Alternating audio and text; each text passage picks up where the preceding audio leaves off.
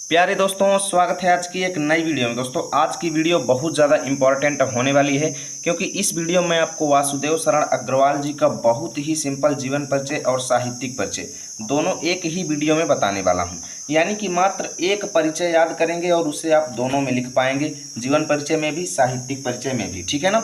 यानी दोनों के लिए आपको अलग अलग याद करने की ज़रूरत नहीं है। तो आज की वीडियो बहुत ही ध्यान से अंत तक देखिएगा, क्योंकि दोस्तों कोई भी क्वेश्चन बैंक आप उठा लीजिए, कहीं पर भी आप किसी भी बुक में देखेंगे इतना बेहतरीन आपको साहित्यिक परिचय और जीवन परिचय कहीं पर भी नहीं मिलेगा।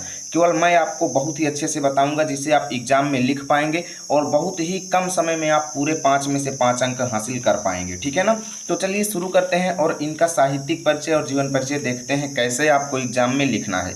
देखिए, अगर आपके एग्जाम में केवल जीवन परिचय पूछता है तो आपको वहां पर साहित्यिक परिचय हेडिंग नहीं डालना है, बाकी पूरा सेम टू सेम उतार देना है, ठीक है। और वहीं पे अगर आपसे साहित्यिक परिचय पूछता है तो पहले जीवन परिचय हेडिंग डालेंगे और बेसिक इतना लिखेंगे, उसके बाद साहित्यिक परिचय हेडिंग डाल के फिर आगे लिखना शुरू करेंगे, ठीक है। अब देखिए कैसे लिखेंगे, तो चलिए देखते हैं। यहाँ पे देखिए एग्जाम में आप लाल स्केच का यूज नहीं करेंगे, काले स्केच से आप लिख देंगे, या फिर इसी तरीके का मोटा काला पेन ले लीजिएगा, उससे लिख दीजिएगा, ठीक है।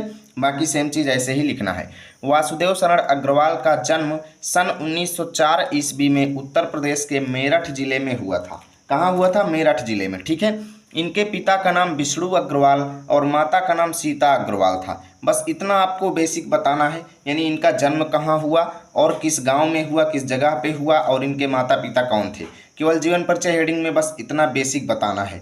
उसके बाद साहित्यिक परिचय हेडिंग डाल देंगे और लिखना शुरू कर देंगे। और ध्यान देना, अगर आप जीवन परिचय लिखेंगे तो फिर साहित्यिक परिचय हेडिंग नहीं डालेंगे, ठीक है ना। अब लिखेंगे वासुदेव शरण अग्रवाल एक उच्च कोटि के निबंधकार थे, कहानीकार थे, उपन्यासकार थे एवं आलोचक थे। यानी कई विधाओं में इन्होंने अपनी लेखनी चलाई है और अनेकों विधाओं को अपने करों के द्वारा, अपने हाथों के द्वारा सुशोभित किया, ठीक है ना। देखो, हिंदी साहित्य में इनका अद्वितीय स्थान है।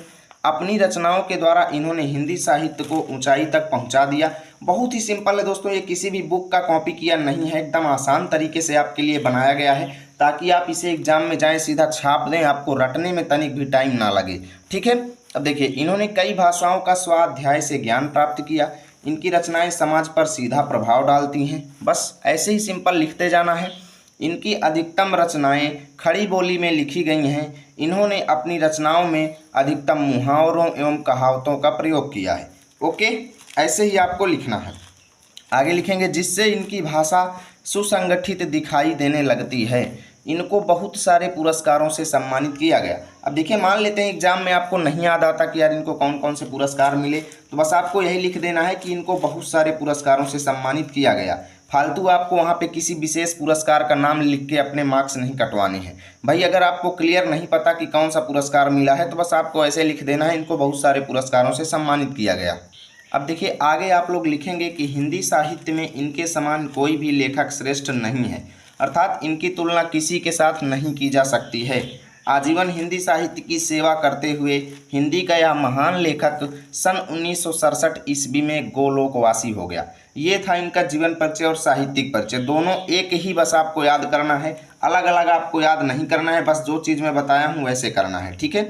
उसके बाद आपको रचनाएं हेडिंग डालना है और रचनाएं हेडिंग डाल करके इनकी कुछ खास रचनाएं जो हैं उनका नाम लिख देंगे, जैसे पृथ्वी पुत्र, भारत की एकता, कल्प वृक्ष, माता भूमि, वागधारा, ऐसे आप लिख देंगे और आपका पूरा साहित्यिक परिचय कंप्लीट हो जाएगा और पूरे 5 में से 5 अंक आपको मिलेंगे।